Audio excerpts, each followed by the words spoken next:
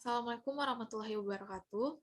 Kami dari kelompok 6 hari ini akan mempresentasikan mengenai pemahaman konsep laba dan penilaian dalam analisis laporan keuangan. Langsung saja, kita bahas pertama yaitu mengenai konsep laba.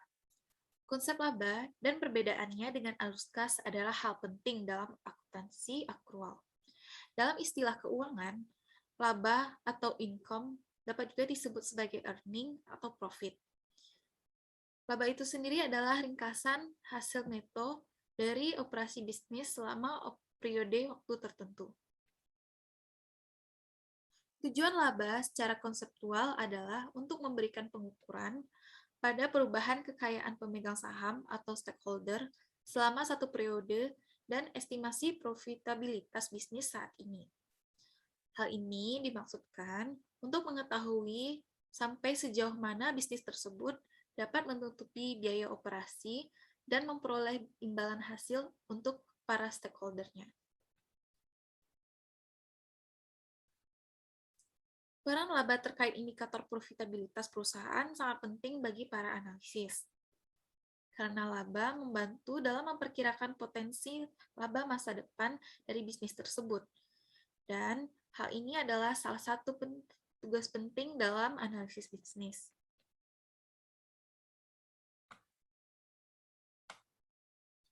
Tugas utama dalam analisis laporan keuangan yaitu mengevaluasi dan membuat penyesuaian yang diperlukan terhadap laba untuk meningkatkan kemampuan dalam mencerminkan kinerja perusahaan dan memperkirakan laba masa depan. Baiklah, kita lanjutkan penjelasan mengenai konsep laba ekonomi. Laba ekonomi atau economic income biasanya ditentukan dengan arus kas selama periode yang bersangkutan, ditambah perubahan nilai sekarang dari arus kas masa depan yang diharapkan. Biasanya ditunjukkan oleh perubahan nilai pasar dari aset neto bisnis. Laba ekonomi mengukur perubahan nilai pemegang saham. Laba ekonomi ini akan berguna ketika tujuan analisis untuk menentukan imbalan hasil yang pasti bagi pemegang saham untuk periode yang bersangkutan. Sehingga dapat dikatakan bahwa laba ekonomi merupakan indikator bottom line dari kinerja perusahaan untuk mengukur pengaruh keuangan dari semua kejadian selama periode tertentu secara komprehensif. Dikarenakan sifatnya yang komprehensif, maka laba ekonomi juga mencakup komponen berulang atau recurring dan komponen yang tidak berulang atau bisa disebut dengan non-recurring. Sehingga laba ekonomi kurang berguna untuk memperkirakan potensi laba masa depan. Selanjutnya yang kedua yaitu laba permanen. Laba permanen dapat disebut juga sebagai laba berkelanjutan atau laba berulang, yaitu merupakan rata-rata laba stabil yang diharapkan dapat diperoleh selama masa bisnis, dengan kondisi bisnis pada saat ini. Laba permanen merupakan cerminan dari fokus jangka panjang, sehingga secara konseptual mirip dengan kekuatan produktif berkelanjutan yang merupakan konsep penting dalam penilaian ekuitas dan analisis kredit. Laba permanen berbanding lurus dengan nilai perusahaan. Walaupun laba permanen berjangka panjang, laba permanen dapat berubah kapan saja sesuai dengan perubahan prospek laba jangka panjang perusahaan. Lalu yang ketiga, kita membahas mengenai laba operasi. Laba operasi atau operating income mengacu pada laba yang timbul dari aktivitas operasi perusahaan. Laba operasi tidak memasukkan semua beban atau pendapatan yang timbul dari aktivitas pendanaan perusahaan, seperti beban bunga dan laba investasi, yang secara keseluruhan disebut sebagai laba non-operasi. Laba operasi penting dalam penilaian kepentingan untuk memisahkan mana yang aktivitas operasi perusahaan dan mana yang aktivitas pendanaan. Laba perbedaan mencakup beberapa komponen yang tidak berulang atau non-recurring, seperti biaya restrukturasi atau sama halnya seperti laba permanen. Namun, berbeda dengan laba permanen. di mana komponen berulang atau recurring seperti beban bunga tidak dimasukkan ke dalam laba operasi. Selanjutnya, kita membahas mengenai konsep laba akuntansi. Laba akuntansi atau laba dilaporkan didasarkan pada konsep akuntansi akrual. Meskipun laba akuntansi mencerminkan aspek laba ekonomi dan laba permanen, tetapi laba akuntansi tidak ditunjukkan untuk mengukur kedua konsep laba tersebut. Pengakuan pendapatan dan pengaitan. Dalam pengukuran laba terdapat dua proses utama, yaitu pengakuan pendapatan dan pengaitan beban. Pengakuan pendapatan adalah titik awal pengukuran laba. Dapat direalisasi dan dapat diterima adalah dua kondisi yang diperlukan untuk pengakuan. Setelah pendapatan diakui, maka biaya yang berhubungan dikaitkan dengan pendapatan yang dikaji untuk menghasilkan laba, yang diakui untuk menghasilkan laba. Maka, beban akan diakui ketidakjadian ekonomi. Ketika kejadian ekonomi yang terkait terjadi, dan tidak perlu kapan kas itu keluar. Ketika kapan kas keluar itu terjadi. Saya ulangi, maka beban akan diakui ketika kejadian ekonomi yang terkait terjadi, dan tidak perlu kapan kas keluar terjadi. Terdapat beberapa perbedaan konsep laba akuntansi dengan konsep laba ekonomi. Berikut adalah beberapa alasan yang menyebabkan laba akuntansi berbeda dengan laba ekonomi. Yang pertama, yaitu konsep laba alternatif. Terdapat dilema yang dihadapi pembuat standar akuntansi untuk menentukan konsep mana yang harus lebih ditekankan. Sehingga, dilema ini menghasilkan pengukuran laba akuntansi yang tidak konsisten. Lalu yang kedua yaitu biaya historis. Pengukuran laba berdasarkan biaya historis menunjukkan perbedaan antara laba akuntansi dan laba ekonomi. Yang ketiga yaitu basis transaksi. Laba akuntansi biasanya mencerminkan dampak transaksi. Dampak ekonomi yang tidak disertai transaksi yang wajar seringkali tidak dipertimbangkan. Lalu, yang keempat yaitu konservatisme. Konservatisme mengakibatkan pengakuan kejadian penurunan laba dengan segera, walaupun tidak ada transaksi yang menunjang. Contohnya, penurunan nilai persediaan. Sehingga, hal ini akan menimbulkan bias konservatif dalam laba akuntansi, yang berarti adanya penurunan laba. Lalu yang terakhir yaitu manajemen laba.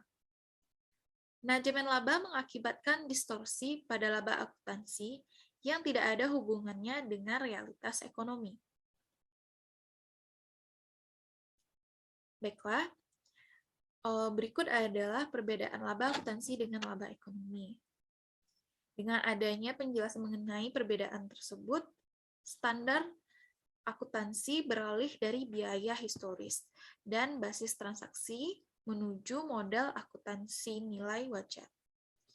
Peralihan yang sangat signifikan ini menyebabkan laba bottom line atau bisa disebut juga sebagai penghasilan komprehensif mendekati konsep ekonomi. Baiklah, terima kasih. Sekian dari saya lanjutkan kepada pemateri berikutnya. Baiklah, di sini saya akan menjelaskan terkait poin 3 dan 4. Yang pertama, konsep laba, yaitu komponen permanen, sementara, dan tidak relevan dengan nilai. Yang pertama, laba permanen. Komponen laba akuntansi yang permanen atau berulang diharapkan akan terjadi sepanjang waktu. Karakteristik komponen ini serupa dengan konsep laba permanen ekonomi, di mana laba permanen disebut juga laba berkelanjutan atau sustainable, atau laba yang berulang. merupakan rata-rata laba stabil yang ditaksir dapat diperoleh perusahaan sepanjang umurnya dengan kondisi usaha masa sekarang. Laba permanen mencerminkan fokus jangka panjang, berbeda dengan laba ekonomi yang mengukur perubahan nilai perusahaan. Laba permanen merupakan proporsi langsung dari nilai perusahaan. Selanjutnya tentang komponen sementara. Komponen laba akuntansi yang sementara atau tidak berulang tidak diharapkan terjadi lagi. Komponen ini memiliki dampak dolar for dolar terhadap nilai perusahaan. Yang ketiga, komponen yang tidak relevan dengan nilai. Komponen yang tidak relevan dengan nilai tidak memiliki konten ekonomi. Komponen ini disebut distori akuntansi. Komponen ini juga timbul karena ketidaksempurnaan akuntansi. Selanjutnya, penyesuaian laba permanen. Menentukan laba permanen suatu perusahaan merupakan pencarian utama pada suatu analisis. Untuk itu, seorang analisis perlu menentukan komponen-komponen sementara dari laba akuntansi. Misalnya saja, seorang analisis bisa saja mengeluarkan keuntungan dari hasil penjualan segmen bisnis utama laba ketika menentukan komponen permanen dari laba. Penyesuaian laba semacam ini sering disebut dengan laba inti atau core earning oleh analisis yang bertugas. Menentukan laba inti periode berjalan bermanfaat dalam menginterpretasi rasio P/E atau harga saham terhadap laba perusahaan. Juga bermanfaat dalam teknik penilaian menggunakan kelipatan laba. Lebih lanjut, menentukan laba inti juga bermanfaat dalam memberikan langkah awal yang lebih berarti dalam melakukan prediksi dan dalam membantu memberikan asumsi-asumsi dalam kegiatan peramalan. Untuk menentukan penampilan laba permanen, laba inti perusahaan harus mencerminkan dua kekuatan laba jangka panjang perusahaan. Laba inti periode berjalan mungkin tidak mencerminkan prospek masa depan perusahaan. Ada dua alasan. Yang pertama, meskipun laba inti tidak memasukkan komponen laba yang jelas dikategorikan sementara, tidak ada jaminan bahwa komponen yang termasuk dalam laba inti sifatnya permanen, terutama jika kinerja perusahaan dalam periode berjalan tidak seperti biasanya dengan alasan apapun.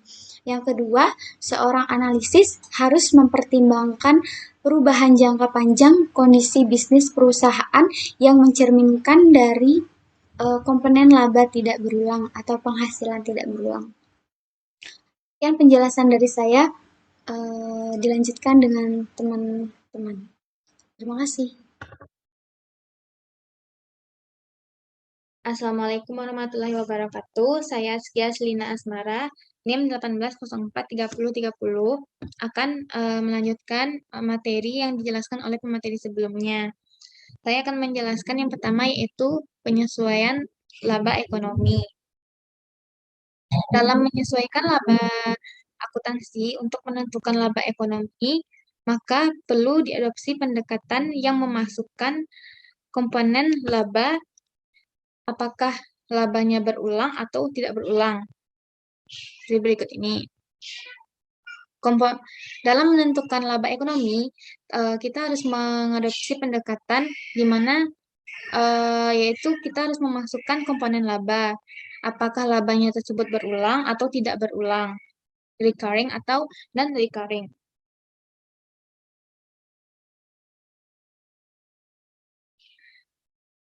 Salah satu cara kita untuk melihat laba ekonomi ini yaitu dengan melihat perubahan neto pada kekayaan pemegang saham yang timbul dari sumber non-pemilik. Sehingga pendekatan tersebut mencakup semua yang menyangkut perubahan kekayaan bersih pemegang saham. Ketika akan membuat penyesuaian nantinya untuk laba ekonomi ini, ketika akan membuat penyesuaian laba ekonomi, perlu diperhatikan apa itu jumlah yang disesuaikan pada laba ekonomi. Di mana di laba ekonomi jumlah yang disesuaikan merupakan jumlah yang tidak tulus dan tidak jujur yang disajikan pada laba ekonomi, dikarenakan tidak dapat menentukan perubahan nilai aset tetap yang dicatat menggunakan biaya historis. Nah, kemudian fungsi untuk laba ekonomi ini sendiri yaitu sebagai ukuran komprehensif terhadap perubahan kekayaan pemegang saham, sehingga dapat berguna sebagai indikator bottom line terhadap kinerja ekonomi untuk periode yang berjalan. Selanjutnya, saya akan menjelaskan mengenai penyesuaian laba operasi. Sebelumnya, laba operasi ini sendiri mencakup komponen pendapatan dan beban terkait dengan bisnis operasi perusahaan, tanpa melihat apakah komponen tersebut recurring, berjalan, atau recurring berulang, atau non-recurring tidak berulang. Selanjutnya, untuk penyesuaian laba operasi ini sendiri, laba operasi harus mencakup atau tidak memasukkan pos tidak berulang atau non-recurring, atau tidak masukkan laba tidak berulang, laba yang tidak berulang, yang mana nanti akan menjadi masalah yang diperdebatkan dan akan bergantung terhadap tujuan analisis terhadap laba operasi sendiri. Untuk tujuan konsistensi, laba operasi mengacu pada laba yang dihasilkan, yaitu dari aktivitas bisnis operasi, bukan dari fungsi perbendaharaan, tanpa memerhatikan berulang atau tidak berulang. Oleh karena itu, dimensi laba operasi atau non-operasi ini harus dilihat untuk mengklasifikasi laba sebagai komponen yang berdiri sendiri atau saling terpisah dari yang lain. Sekian penjelasan dari saya. Apabila ada kesalahan saya mohon maaf. Saya lanjutkan kepada materi berikutnya. Sekian, terima kasih. Assalamualaikum warahmatullahi wabarakatuh. Perkenalkan, nama saya Ella Anissa, NIM 18043335. Baiklah, saya akan menjelaskan mengenai akuntansi penilaian wajar. Dapat didefinisikan bahwa nilai wajar berarti nilai pasar. Secara terminologi, nilai wajar dipakai dan bukan hanya nilai pasar, karena apabila pasar aset dan kewajiban yang bersangkutan dalam rangka memperoleh harga pasarnya tidak ditemukan, kita tetap dapat mengestimasi nilai wajarnya dengan mengambil rujukan pasar turunan dan menggunakan teknik penilaian.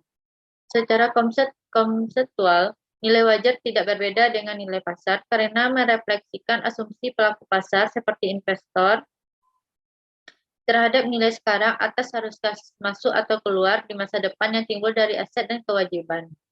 Sehingga dapat disimpulkan bahwa nilai wajar atau fair value adalah harga yang akan diterima untuk menjual suatu aset dan atau harga yang akan dibayar untuk mengalihkan suatu liabilitas dalam transaksi teratur antara pelaku pasar pada tanggal pengukuran.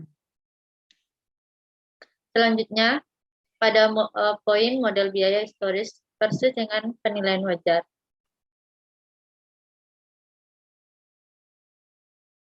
Biaya historis dan nilai wajar adalah dua metode utama untuk mencatat aset tidak lancar dan instrumen keuangan. Untuk aset tidak lancar, perusahaan memiliki keluasan untuk menggunakan biaya historis atau nilai wajar, sedangkan instrumen keuangan umumnya dicatat pada nilai wajar. Perbedaan utama antara biaya historis dan nilai wajar adalah nilai aset tidak lancar dinilai sebesar harga yang dikeluarkan untuk memperoleh aset tersebut. Dengan biaya perolehan historis, aset tersebut disajikan berdasarkan estimasi nilai pasar yang menggunakan nilai wajar. Pada definisi kedua metode, pada biaya historis adalah ukuran nilai yang digunakan dalam akuntansi di mana harga aset di neraca didasarkan pada biaya aslinya ketika diakuisisi oleh perusahaan. Metode biaya historis digunakan untuk aset berdasarkan prinsip akuntansi yang diterima umum, Berdasarkan metode biaya historis, aset dicatat sebesar nilai buku bersih, biaya perolehan dikurangi akumulasi penyusutannya. Sedangkan nilai wajar merupakan harga di mana penjual dan pembeli dapat melakukan transaksi dalam kondisi pasar normal. Semua aset yang mengalami fluktuasi pasar memiliki nilai wajar, namun nilai wajar harus dapat diukur dengan handal. Untuk mencatat aset menurut metode ini, perlakuan akuntansi untuk nilai wajar diatur oleh IFRS 13, pengukuran nilai wajar. Menurut metode ini, aset tidak lancar dicatat pada nilai wajar dikurangi dengan penyusutan. Untuk mempraktikkan metode ini, nilai wajar harus dapat diukur dengan handal. Jika perusahaan tidak dapat memperoleh nilai wajar yang wajar, aset harus dinilai menggunakan model biaya dalam IAS 16 dengan asumsi bahwa nilai jual kembali properti adalah nol, seperti yang dinyatakan dalam IAS 16. Selanjutnya, kelemahan pada kedua metode ini. Kelemahan pada metode biaya historis yang pertama, adanya pembebanan biaya yang terlalu kecil karena pendapatan untuk suatu hal tertentu pada saat tertentu akan dibebani biaya yang didasarkan pada nilai uang yang telah ditetapkan beberapa periode yang lalu pada saat pencatatan terjadinya biaya tersebut.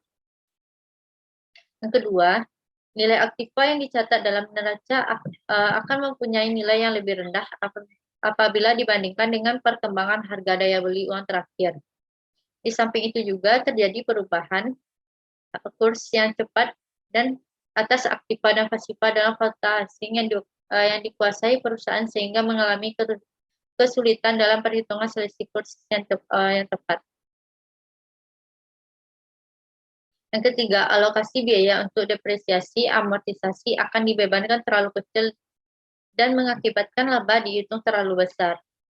Yang terakhir, laba rugi yang terjadi dihasilkan oleh perhitungan laba rugi yang didasarkan pada asumsi adanya stable monetary unit tersebut tidaklah real apabila diukur dengan perkembangan daya beli uang yang sedang berlangsung. Sedangkan pada kelemahan fair value atau penilaian wajar, yang pertama, meskipun bermaksud baik, namun perkiraan manajemen tentang fair value bisa menjadi salah pada berbagai prediksi dan asumsi yang salah. Yang kedua, opportunistik dan ketidakjujuran. Manajemen dapat mengambil keuntungan dari penilaian dan estimasi yang digunakan dalam proses manipulasi dan mengurutkan angka pada hasil dalam angka pendapatan yang diinginkan. Kelebihan pada biaya historis. Yang pertama, historical cost relevan dalam membuat keputusan ekonomi. Yang kedua, biaya historis berdasarkan pada transaksi yang sesungguhnya. Ketiga, laporan keuangan yang menggunakan biaya historis sangatlah berguna. Yang keempat, pengertian terbaik mengenai konsep keuntungan adalah kelebihan dari harga jual dan dari historical cost. Kelima, akuntan harus menjaga integritas datanya dari modifikasi internal. Yang keenam, seberapa bergunanya laporan keuangan tergantung dari current cost atau exit price-nya. Yang ketujuh, perubahan dalam harga pasar dapat diungkapkan sebagai data tambahan. Kedelapan, terjadinya ketidakcukupan data dalam membenarkan penolakan historis cost accounting.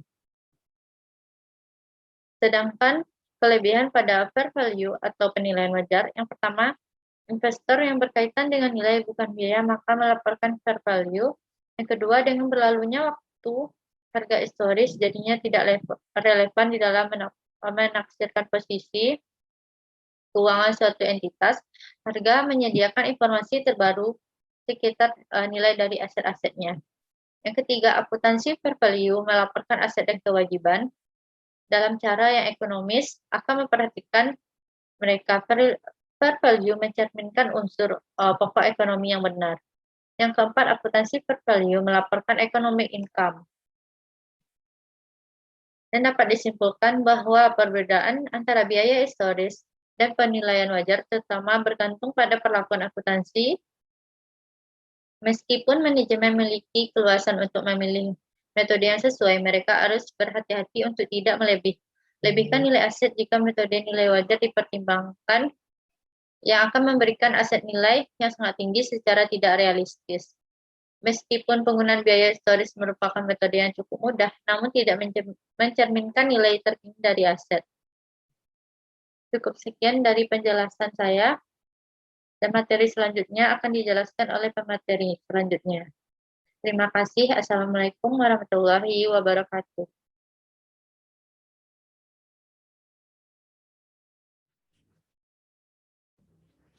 Baiklah, Assalamualaikum warahmatullahi wabarakatuh. Perkenalkan, nama saya Alfiman, NIM 18043033. Di sini saya ingin menjelaskan terkait dengan akuntansi nilai wajar. Yang mana dalam akuntansi nilai wajar terdiri dari model biaya historis, dan akuntansi nilai wajar. Yang mana pada akuntansi keuangan telah didasarkan pada model biaya historis, yang mana model biaya historis ini adalah nilai aset dan liabilitas yang ditentukan berdasarkan harga yang diperoleh dari transaksi aktual yang terjadi pada masa lalu. Sedangkan untuk alternatif lain untuk model biaya historis adalah akuntansi nilai wajar, yang mana akuntansi nilai wajar ini adalah nilai aset dan liabilitas yang ditentukan berdasarkan nilai wajar biasanya dari harga pasar pada tanggal pengukuran atau sekitar tanggal pelaporan keuangan.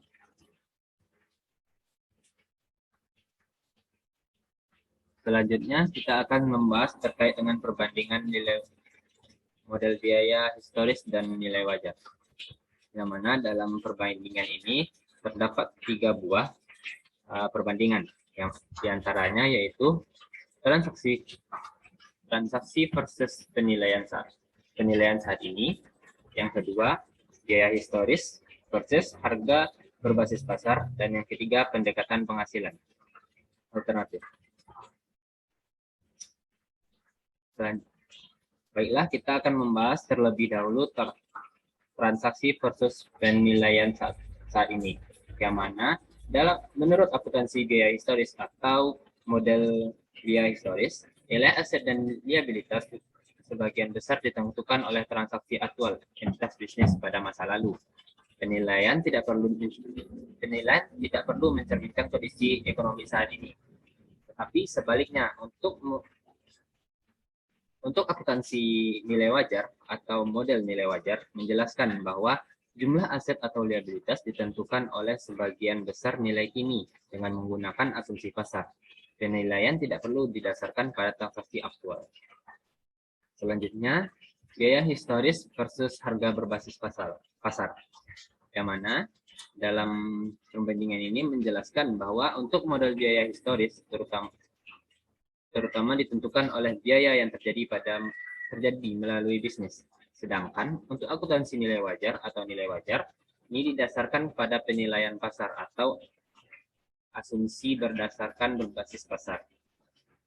Yang terakhir yaitu pendekatan penghasilan alternatif, yang mana berdasarkan model biaya historis, laba ditentukan dengan mengaitkan biaya dengan pendapatan yang diakui, yang harus direalisasi dan diterima. Sedangkan pada akuntansi nilai wajar atau model nilai wajar ini, laba ditentukan hanya dengan perubahan neto nilai wajar atas aset dan liabilitas. Yang mana pendekatan ini untuk menentukan laba menurut kedua model tersebut sangat penting untuk dianalisis.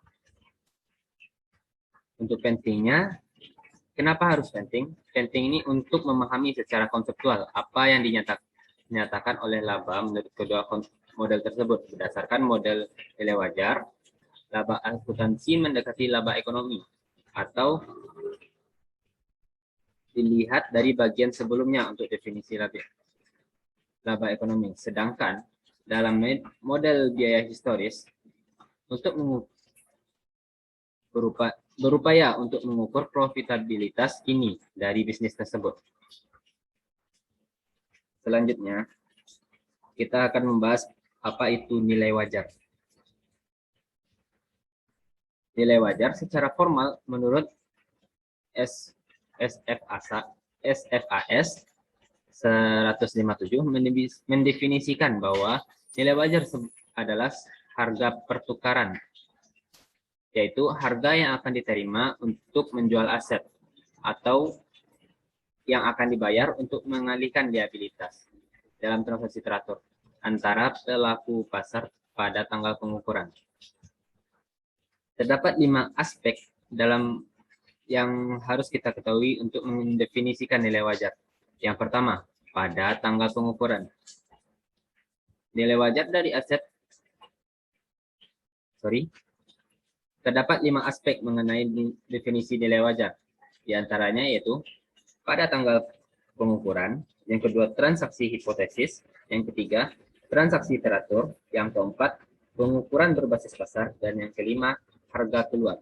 Baiklah, kita akan membahas satu persatu terkait dengan aspek tersebut. Yang pertama, pada tanggal pengukuran. Nilai wajar dari aset atau liabilitas ditentukan pada saat tanggal pengukuran. Yang dimaksudkan dengan tanggal pengukuran tersebut yaitu tanggal dari laporan posisi keuangan, bukan tanggal ketika aset dibeli pertama kali. Selanjutnya, pada aspek kedua yaitu transaksi hipotesis. Transaksi ini adalah transaksi yang membentuk dasar penilaian berupa hipotesis atau dugaan sementara.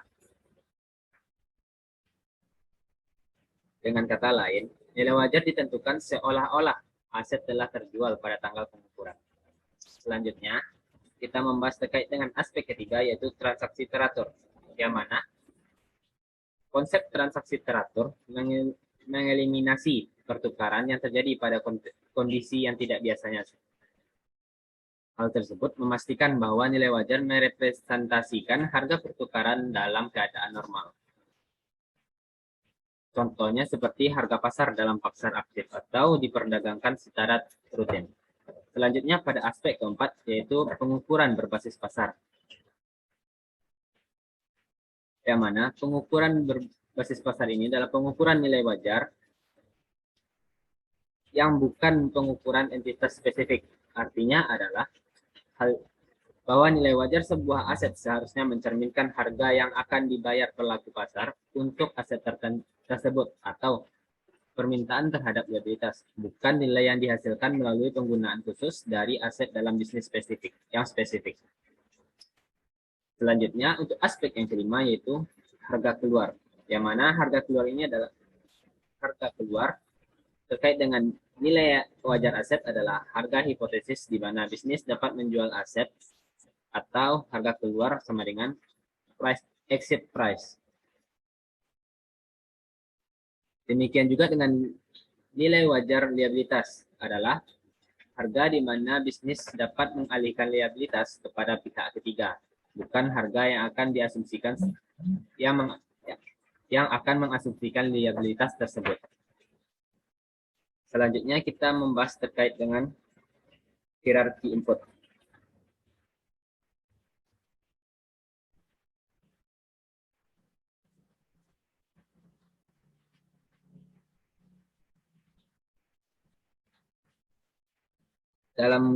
Dalam penjelasan terkait dengan hierarki input ini terdapat 2 jenis input yang diakui. Yang pertama, input yang dapat diobservasi, dan yang kedua, input yang tidak dapat diobservasi.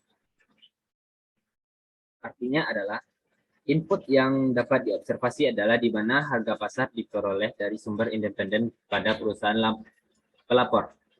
Dan input yang tidak dapat diobservasi adalah di mana nilai wajar ditentukan dengan asumsi yang diberikan oleh perusahaan pelapor karena aset atau liabilitas tidak diperdagangkan.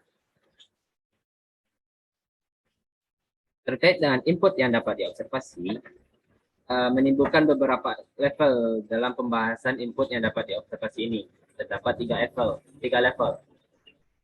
Yang pertama adalah level 1, yaitu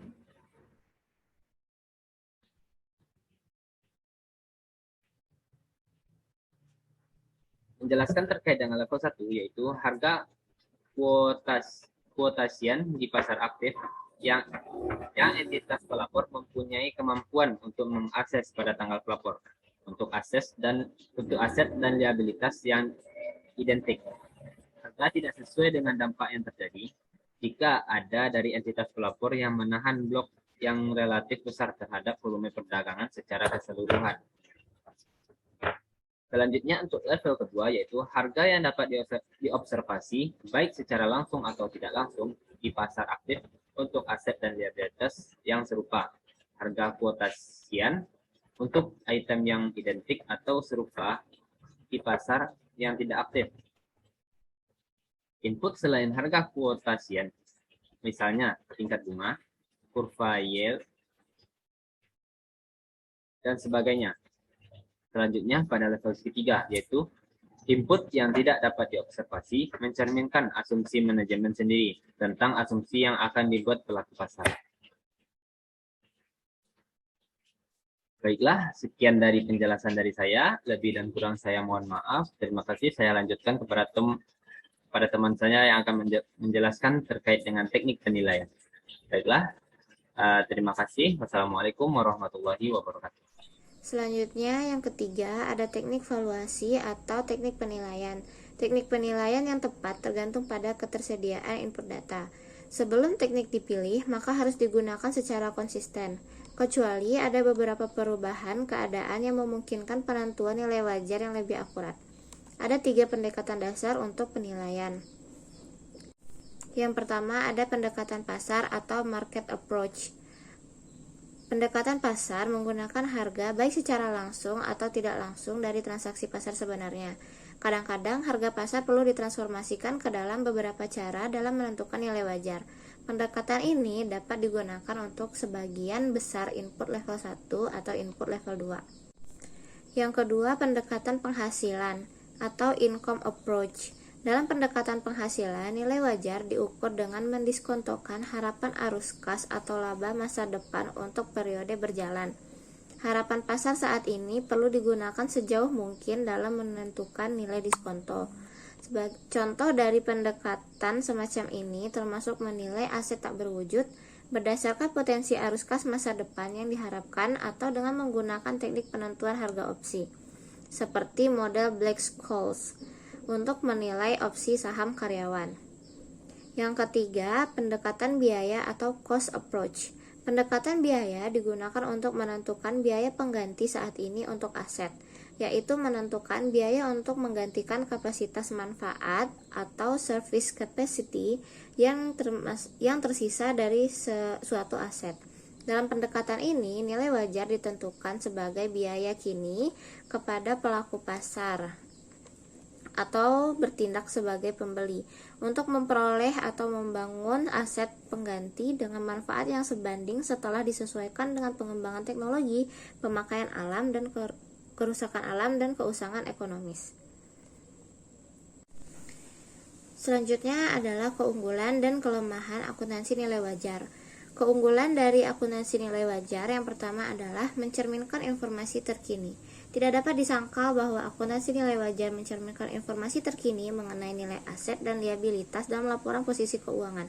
Sebaliknya, informasi biaya historis bisa ketinggalan zaman, menimbulkan apa yang disebut dengan aset atau liabilitas yang tersembunyi.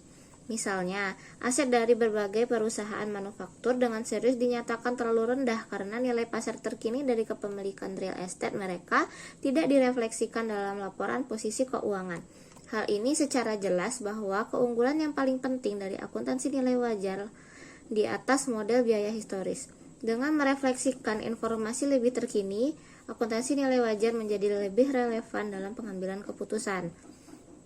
Yang kedua, kriteria pengukuran yang konsisten. Keunggulan lain yang ditekankan oleh para pembuat standar adalah bahwa akuntansi nilai wajar memberikan kriteria pengukuran yang konsisten secara konseptual bagi aset dan liabilitas. Pada saat ini, akuntansi keuangan mengikuti campuran pendekatan yang disebut dengan model atribut campuran. Misalnya, aset tetap seperti tanah dan bangunan diukur menggunakan biaya historis, tetapi aset keuangan seperti efek yang diperdagangkan dicatat sebesar harga pasar saat ini. Bahkan untuk hal yang sama, kriteria yang tidak konsisten digunakan karena prinsip konservatisme. Contohnya, persediaan biasanya dinilai sebesar biaya, kecuali kalau nilai pasar turun di bawah biaya historis, di mana dalam hal ini persediaan diukur pada nilai pasar. Dalam akuntansi nilai wajar, diharapkan semua aset dan liabilitas akan diukur menggunakan kriteria yang konsisten dan menarik secara konseptual. Yang ketiga, komparabilitas. Oleh karena konsistensi dengan cara mengukur aset dan liabilitas, maka dapat dikatakan bahwa akuntansi nilai wajar akan meningkatkan komparabilitas atau comparability, yaitu kemampuan untuk membandingkan laporan keuangan dari perusahaan yang berbeda. Selanjutnya, tidak adanya bias konservatif. Akuntansi nilai wajar diharapkan dapat menghilangkan bias konservatif atau conservative bias yang saat ini ada dalam akuntansi. Menghilangkan konservatisme diharapkan dapat meningkatkan keandalan karena netralitas, yaitu melaporkan informasi tanpa bias. Keunggulan yang terakhir adalah lebih berguna untuk menganalisis ekuitas. Salah satu keluhan akuntansi tradisional adalah terlalu berorientasi dalam memberikan informasi untuk analisis kredit. Misalnya, penggunaan biaya historis yang konservatif lebih dirancang untuk memberikan estimasi risiko sisi bawah atau downside risk daripada mengevaluasi potensi sisi atas upside potential. Bisnis tersebut banyak yang berpendapat bahwa pengadopsian model nilai wajar akan membuat akuntansi lebih berguna untuk menganalisis ekuitas. Adapun kelemahan dari akuntansi nilai wajar ada 5, yaitu yang pertama, objektivitas lebih rendah. Kritik utama terhadap akuntansi nilai wajar adalah kurang dapat diandalkan karena kurangnya objektivitas. Masalah ini sangat berkaitan dengan jenis input yang digunakan.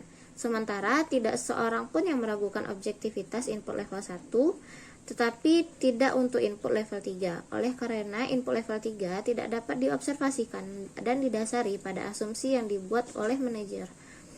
Banyak kekhawatiran jika penggunaan input level 3 menjangkau secara luas, khususnya untuk aset operasi dan liabilitas, akan mengurangi keandalan informasi laporan keuangan. Yang kedua, kerentanan terhadap manipulasi. Berkaitan erat dengan objektivitas yang rendah dan kekhawatiran bahwa akuntansi nilai wajar akan meningkatkan kemampuan manajer untuk memanipulasi laporan keuangan. Sekali lagi, masalah ini berkaitan dengan penggunaan input level 3. Lebih sulit untuk memanipulasi nilai wajar ketika input level 1 dan input level 2 digunakan.